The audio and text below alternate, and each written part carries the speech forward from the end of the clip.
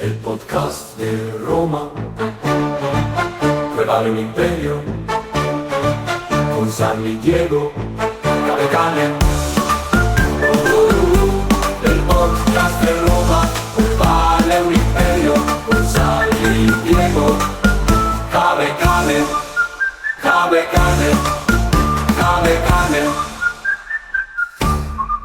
Ave Crem. Saludos desde este segundo podcast. Somos todavía muy tiernos, tan tiernos como el bizcocho que hacía mi abuela. Bueno, en realidad no hacía bizcocho, pero queda bien decirlo. Agradezco desde aquí a todos los oyentes de Cabe Canem que lo han hecho a través de las plataformas de podcast, y los primeros seguidores te parecen muy maravillosos, porque lo son.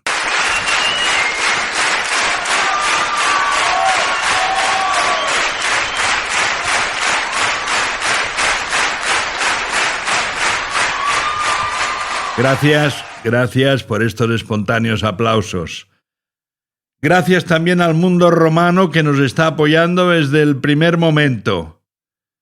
Y ya sé que todo el mundo hace un spoiler de los contenidos del podcast al iniciarlo, pero como somos diferentes, no lo haremos.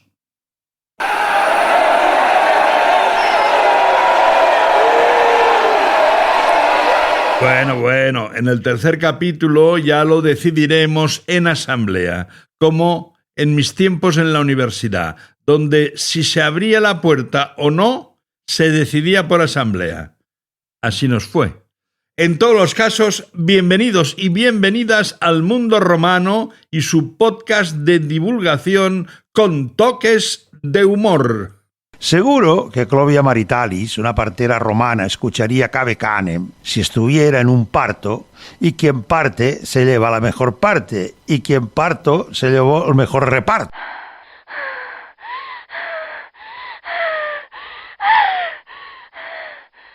Ha sido niña, y también es niña nuestra invitada de ahora mismo.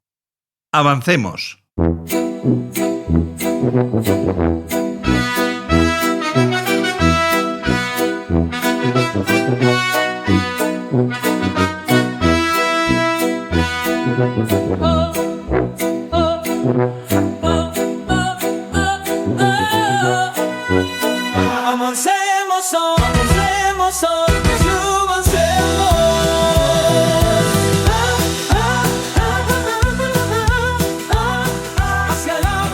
Nadia Abelleira Ferreiros es gallega. No podría ser de otra tierra llamándose así. Nadia es una de las mejores guías romanas de Lugo. Lugo es la capital de la provincia gallega del mismo nombre. Y recordad que el río Miño pasa por Lugo, que se os tiene que decir todo. Los romanos fundaron Lugo, y eso imprime carácter. Nadia Cabe Canem y Ave Crem. Muchas gracias por la invitación. Os vengo a presentar una ciudad maravillosa, la ciudad más antigua de Galicia, porque fue fundada ya en el año 25 a.C.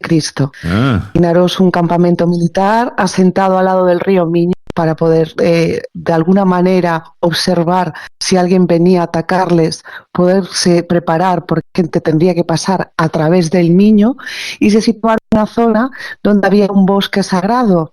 Obviamente Lugo se llama Lucus Augusti, significa en latín bosque sagrado, porque esa ubicación realmente es una ciudad que está en lo alto, y bajando llegaríamos limítrofe todo ese círculo alrededor de la ciudad que estaría entre ríos, entre ellos río Miño. Pero Nadia, lo de Augusti debe ser por Augusto, ¿no? Por el emperador. Efectivamente, porque quien fundó la ciudad fue Fabio Máximo con César Augusto, que, como se conoce la historia, fue el primer emperador romano. Y después de fundar Aurica Augusta Mérida, vino a Lugo en ese año, ya había un campamento militar y fundaron la ciudad. Pero realmente nuestro nombre viene del dios Lugh, que es un dios celta que significa el dios del bosque, porque esto es todo un bosque sagrado, por lo cual nuestro nombre viene esa mezcla de romano. Tenemos ese intercambio de lo que es la cultura romana con también nuestra cultura celta, que tenemos un maravilloso castro a 15 minutos de la ciudad, donde se puede ver también un poblado celta y todo su croa y también un museo fantástico para visitar. Nadia, sí, discúlpame, me estoy tomando un café a tu salud, te iba a invitar, pero se hace complicado. Bueno. Se hace complicado eso. En todo caso, ya cuando te vea te invitaré unas almendritas para que Vale. para que te las tomes, ¿eh? Oye, vamos a ver, Nadia. Me han dicho que eres muy buena en lo tuyo, ¿eh? Yo por eso te he llamado, ¿eh? En las visitas que haces en Lucus Augusti, ¿qué les enseñas a los visitantes? Primero la muralla seguro. Sí, tú primero, para que sepas que tenemos ese punto de partida como la ciudad más antigua del Reino de Galicia. Sí. Y luego, lógicamente, empezamos a caminar por la ciudad y todo lo que caminamos está bajo una urbe dentro de murallas de una ciudad romana.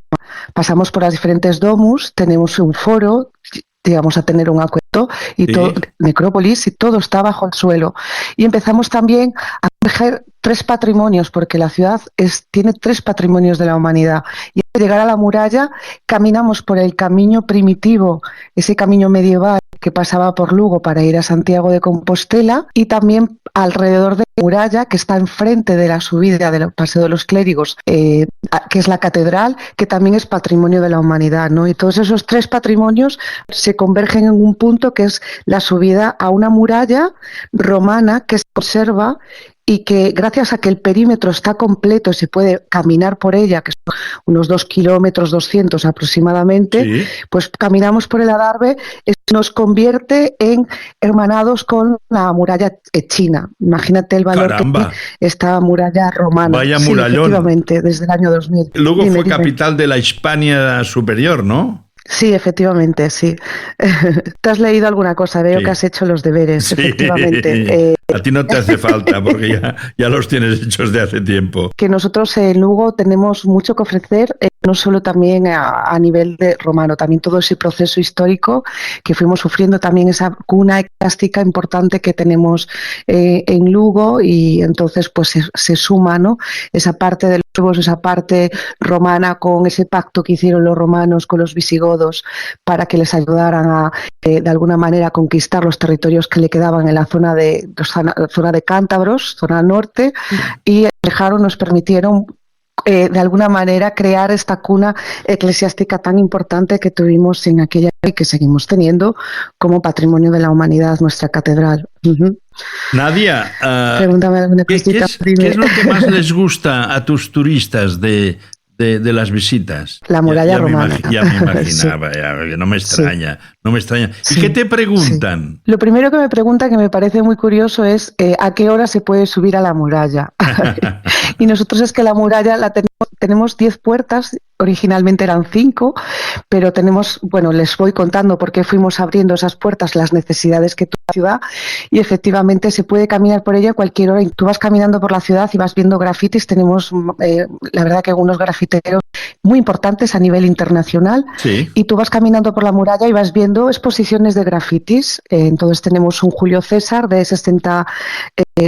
30 metros de altura, que es una reproducción de un David, de una escultura que hay en el Museo del Louvre en París. Fantástico. Y es fantástica. O sea, imagínate una persona lloviendo en un andar pintando a un Julio César de 30 metros de altura, y le llevó casi 60 horas. Porque te tengo que invitar a que vengas en junio a las fiestas del Art de Lugo. Por favor, tenéis que venir a conocer Lugo, caracterizado de romanos y castrechos. Durante 4 días toda la ciudad se embelesa. Hemos llegado ya a la muralla y tenemos que terminar. Nadia Velleira Ferreiros, mil gracias por estar en Cave Canem. Cuidado con el perro y viva Lucus Augusti. Que viva muchos años más. Adiós. Aquí estamos con los brazos abiertos. Gracias. Adiós, gracias. Hasta luego. Adiós. Adiós. Cave Canem. Cave Canem, el podcast de Roma que vale un imperio, con Charlie y Diego, y no es griego.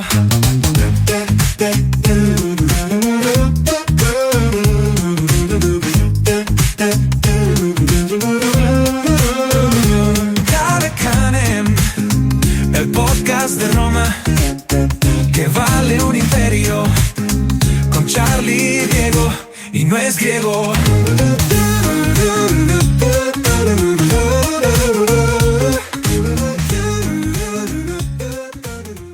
Mysterium, aquí tienes las instrucciones finales de mi esposo. Cuida a nuestro hijo Eros, que esté contento, bien alimentado y alejado del sexo opuesto.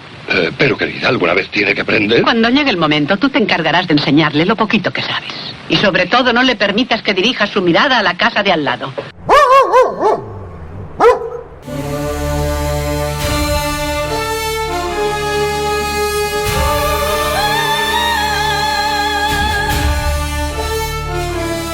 No perdamos la cabeza, Judith. Ya os habréis dado cuenta que muchas estatuas romanas no tienen cabeza.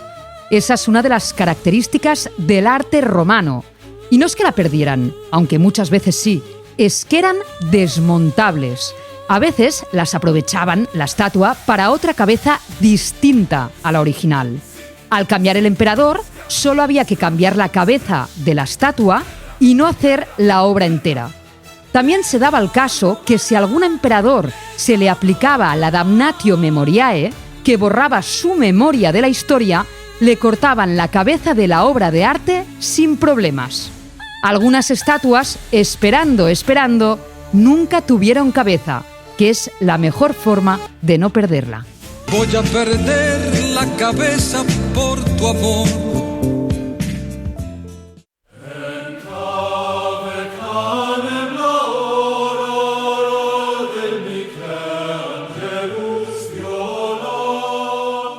Pacta sunt servanda. Pacta sunt servanda. Cumplir los pactos o no cumplirlos, esta es la cuestión. El derecho romano prescribe que aquello a lo que te obligas debes cumplirlo, y lo resumen en una máxima que aprenden todos los estudiantes de derecho. Pacta sunt servanda. Los pactos deben cumplirse. Servanda es la llamada forma de gerundivo, una particularidad de la gramática latina. Quien no cumple lo que dice, no merece respeto, porque los incumplimientos destruyen la confianza, la convivencia, el orden social. ¿Cuántas veces las personas dicen lo que después no cumplirán? Mentirosos por naturaleza. De determinados políticos, por ejemplo, se ha llegado a decir que son tan mentirosos, pero tan mentirosos, que cuando dicen algo que es verdad, se ponen rojos. Pacta sunt servanda. Hasta el próximo capítulo de este podcast. Es nuestro pacto. Lo cumpliremos. Palabra de comunicador.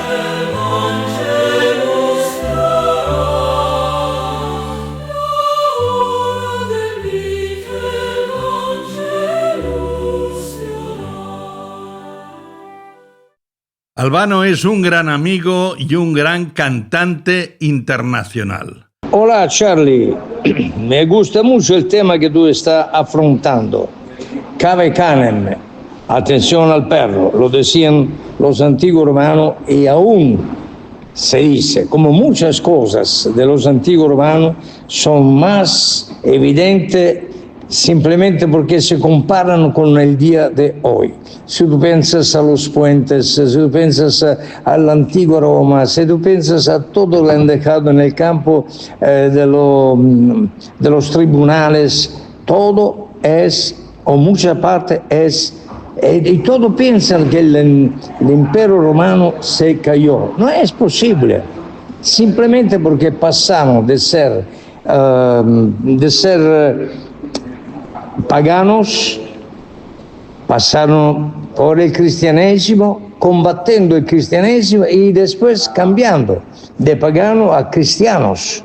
Y además, pienso yo, que el imperio romano se cansó de tanta suerte, de tanta potencialidad y se pasó totalmente en el cristianesimo y siempre fundaron esta sagra iglesia romana. El imperio romano es espiritual ahora, desde 2000 años, es un imperio romano espiritual en el mundo. Eso para mí, los que pienso, de los que fueron los antiguos romanos, es la raíz, la semilla no se ha perdido y no se puede perder, porque sería un desafío, no sé si las palabras justas, por la cultura, la grande cultura del Imperio Romano, antes paganos, después romanos y después Iglesia Católica Romana. Ciao Charlie, no sé si me he explicado muy bien, pero imagino que sí. Ciao. Albano Carrisi, un italiano hablando de Roma. Néstor F. Marqués es uno de los hombres que más sabe en España de Roma y de los romanos. Arqueólogo, pero mucho más que arqueólogo. Vamos a ofreceros la segunda parte de la entrevista con Néstor F. Marqués. Y ahora, pensando en que su libro es Gladiadores, vamos a empezar hablando del emperador Cómodo.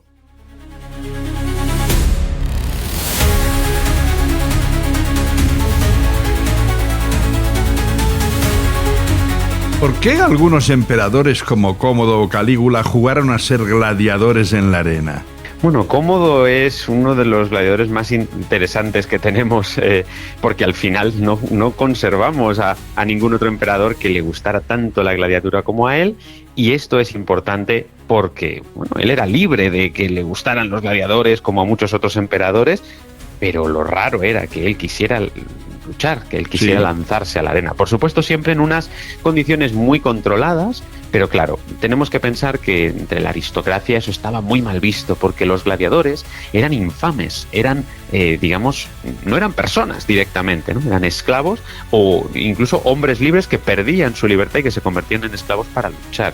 Con lo cual, imagínate lo que pensaría la gente, especialmente de las clases altas, cuando vieron a un emperador que quería ser lo más bajo de la sociedad, la peor calaña, mezclarse con ellos por esa pasión que tenía por los gladiadores. Porque al final las aficiones uno no las elige, le llegan en algún momento de la vida y bueno, pues a veces se pueden compaginar y otras no. En este caso, siendo el emperador, hay una dualidad, porque por un lado no es lo que socialmente está aceptado, pero por el otro, ojo, es el emperador y puede hacer lo que quiera. Lo que pasa es que, claro, eso le llevó a tener la enemistad de toda la alta sociedad y acabó como acabó el pobre Cómodo. Para la narración de tu libro Gladiadores, espectáculo y ocio en la antigua Roma, publicado por Espasa, por cierto, llevas al lector a una semana en Roma. ¿Por qué escogiste una semana en la que el emperador era Domiciano? Pues porque quería buscar un periodo que fuera perfecto para hablar de todos los espectáculos romanos, no solo los gladiadores, sino también las carreras de carros, el teatro, los espectáculos atléticos, incluso las batallas navales. Todo eso pues yo lo fui buscando en las fuentes, ¿no? Como si realmente fuera a hacer ese viaje en el tiempo, vamos a aprovechar el tiempo, vamos a ir a un momento perfecto. Y es que lo encontré ahí en ese año 96, a final del reinado de Domiciano, en el mes de septiembre, en una semana en la que estaban en marcha los Juegos Romanos, los más importantes de todo el año, que se celebraron precisamente en ese mes de septiembre, y bueno, pues me permitió también ver la celebración de los 15 años del reinado de Domiciano. Es decir, hay una serie de elementos que se conjugan para que esos días sean perfectos, porque además en ese momento ya estaba construido el Coliseo, justo 16 años antes se había inaugurado, estaba terminando la construcción del nuevo Circo Máximo, en fin, son muchos los elementos que confluían y que eran perfectos para que en un pequeño viaje de una semana, que es como a mí me gusta hacerlos también en el mundo real, una semana viajando y descubriendo el mundo romano, pues lo pudiéramos hacer también en la ficción y en el tiempo. Los gladiadores eran unos símbolos sexuales para las ricas damas romanas. Bueno, también imagino para las otras, ¿no?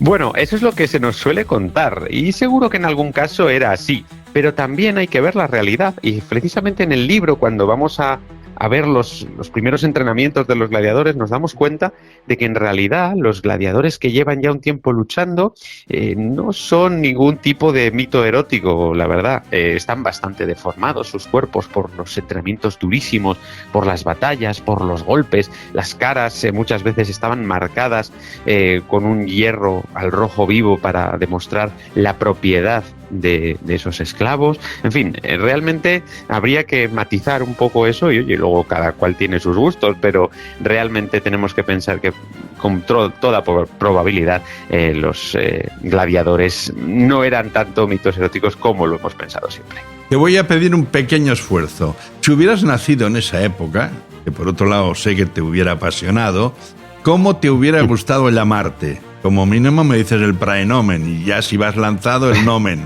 y el cognomen, pues mira, ¿qué se te ocurre? Yo tengo que reconocerte que me hubiera costado que me gustara nacer en la antigua Roma porque tienes muy pocas posibilidades de que te toque en el 1% que realmente tenía una vida acomodada. Hay muchas posibilidades de que nacieras como esclavo, pero bueno, vamos a decir que sí, que somos que nacido dentro un de esa aristocracia. Como mínimo. Eso es, sí, exacto. Sí. Sí, y además yo lo he hecho precisamente esto, ya he elegido mi nombre romano, claro. Porque hay que tener un nombre romano cuando uno viaja a la antigua Roma, y yo he elegido el de Gaius Octavius Aequimanus. He elegido este nombre, Cayo Octavio Equimano, que podría ser cualquier otro, yo me lo he inventado, pero es verdad que cuando empecemos también ese viaje en el tiempo en el libro, yo te doy una lista de praenómina, de nómina y de cognómina romanos directamente para que tú también puedas. Sí, es verdad. Lo he visto. Bueno, pues no, la pregunta no te ha sorprendido porque ya estabas preparado de antemano. ¿Tu gladiador favorito cuál es? Pues yo lo tengo bastante claro y aquí voy a elegir el Murmilo. Es un gladiador pesado, que va muy bien protegido, que lleva un buen escudo. Es un gladiador que además es el favorito del emperador Domiciano, y Domiciano es uno de los mejores emperadores que hubo jamás en la antigua Roma, uno de mis favoritos también, y por eso lo he elegido, porque coincide con el del emperador. Terminamos con el mundo de las carreras de caballos ludicirquenses. Tu libro también se ocupa de ellas, también está presente en Gladiadores. El mundo de las carreras de caballos, Néstor, tiene tantos paralelismos con nuestro fútbol, ¿no? Facciones en lugar de equipos, circo máximo en lugar de estadio, la gente más poderosa ve mejor el espectáculo, lo ve desde la tribuna, por decirlo así, ¿no? Por supuesto, al final es el espectáculo rey de la antigua Roma, el espectáculo de masas. Imagina más de 150.000 personas abarrotando las gradas del Circo Máximo para ver esas carreras, y además es un deporte muy emocionante que, bueno, sí que todo el mundo vive los colores y eso lo sabemos perfectamente y lo vamos a ver cuando estemos allí en este viaje en el tiempo. Todo el mundo va con los colores de su equipo, los verdes, los azules, los rojos, los blancos, e incluso en este caso, en época de Domiciano, con la creación de 2 nuevos equipos que no duraron mucho, pero le añadieron un poquito de emoción, los púrpuras y los dorados.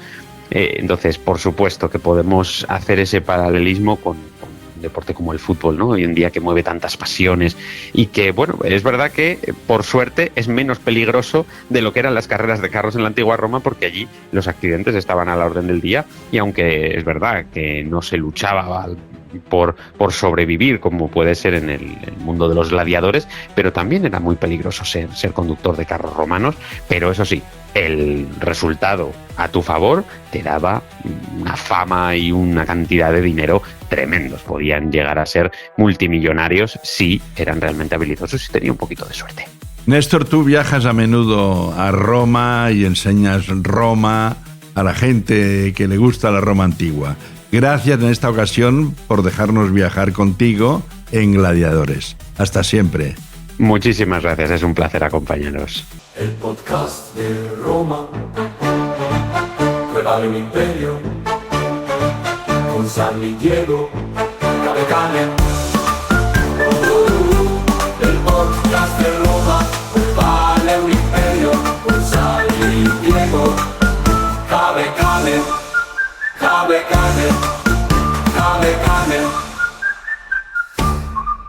Con su fibrosa musculatura y mi inteligencia, ¿No domina... al revés?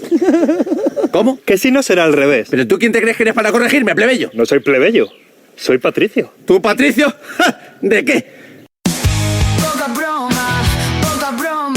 el profesor Tony Conejo y Roma. Poca broma, Tony Conejo. en este segundo capítulo, en este segundo episodio, en esta segunda entrega, pero qué verbo que tengo, también participa Toni Conejo, nuestro colaborador, que es profesor de Historia del Arte en la Universidad de Barcelona. Poca broma. Poca broma, el profesor Toni Conejo y Roma. Poca broma, Toni Conejo. Si tuviéramos que escoger una de las fechas más importantes de la historia de la antigua Roma, esta sería, sin duda, el 2 de septiembre del 31 a.C. ¿Y qué pasó? Pues ese día tuvo lugar la célebre batalla de Actium, en la costa occidental de Grecia, en la que se enfrentaron las flotas, por un lado, de un todavía joven Octavio, acompañado de su amigo íntimo y almirante Marco Agripa, y por el otro, la de Marco Antonio, a la cual se sumó la flota de su querida amante Cleopatra. Si en aquella época hubieran existido casas de apuestas, sin duda se habría apostado el todo o nada a favor de Marco Antonio, cuyos barcos de grandes dimensiones no habían perdido nunca hasta entonces ninguna batalla. Después de unos primeros momentos de titubeo y en los que incluso parecía que Marco Antonio sacaba ventaja, entonces los barcos de Octavio y de Agripa se fueron acercando a los de Marco Antonio y Cleopatra, a los cuales embestieron por sus lados laterales y a los que perforaban gracias a los arietes que estaban dispuestos en la proa de sus barcos. A partir de ese momento, Egipto se incorporó como provincia al Imperio Romano, pero una provincia privada, porque era propiedad de Octavio, el cual, al cabo de pocos años, pasaría a ser conocido con el nombre de Augusto. Pero entonces emergió el genio y la capacidad estratégica de Marco Agripa, que supo aprovechar las virtudes de sus naves, más pequeñas, pero mucho más veloces que las de Marco Antonio y Cleopatra. Pero es que Egipto era muy importante, y no precisamente por sus pirámides, sino porque era el principal productor de grano del imperio. De hecho, se le conocía como el granero de Roma, y de ese grano se producía pan, y con ese pan se alimentaban a las legiones, y esas legiones bien alimentadas servirían siempre al que en un futuro se convirtiera en el primer emperador de Roma, es decir, Augusto. El profesor Toni Conejo y Roma. Poca broma, Toni Conejo y Roma.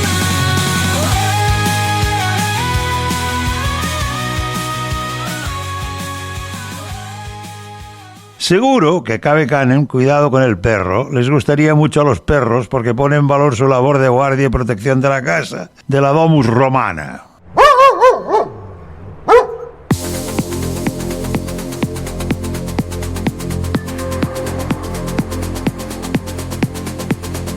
Como llegamos al final, gracias a Albano, Néstor F. Marqués, Nadia Abelleira, a nuestros colaboradores Miguel Ángel Violán y Toni Conejo.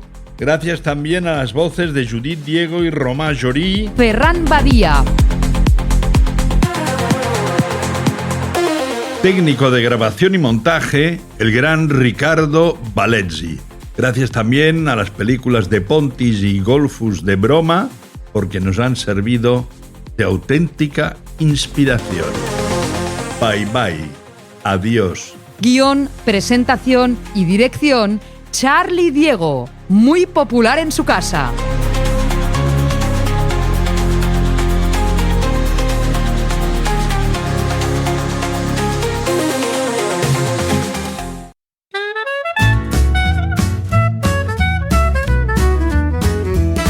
Badaboom, tatati, lulalom, pipipi, susurrarari, mamma me, chi chi chi, oh, oh, la la la, eh, ba ba ba, oh, la la la, eh, ba ba ba, lululo, mi ma, yo yo ji, tra tra tra, di da, fu fu fe, na na nu, che che che, oh.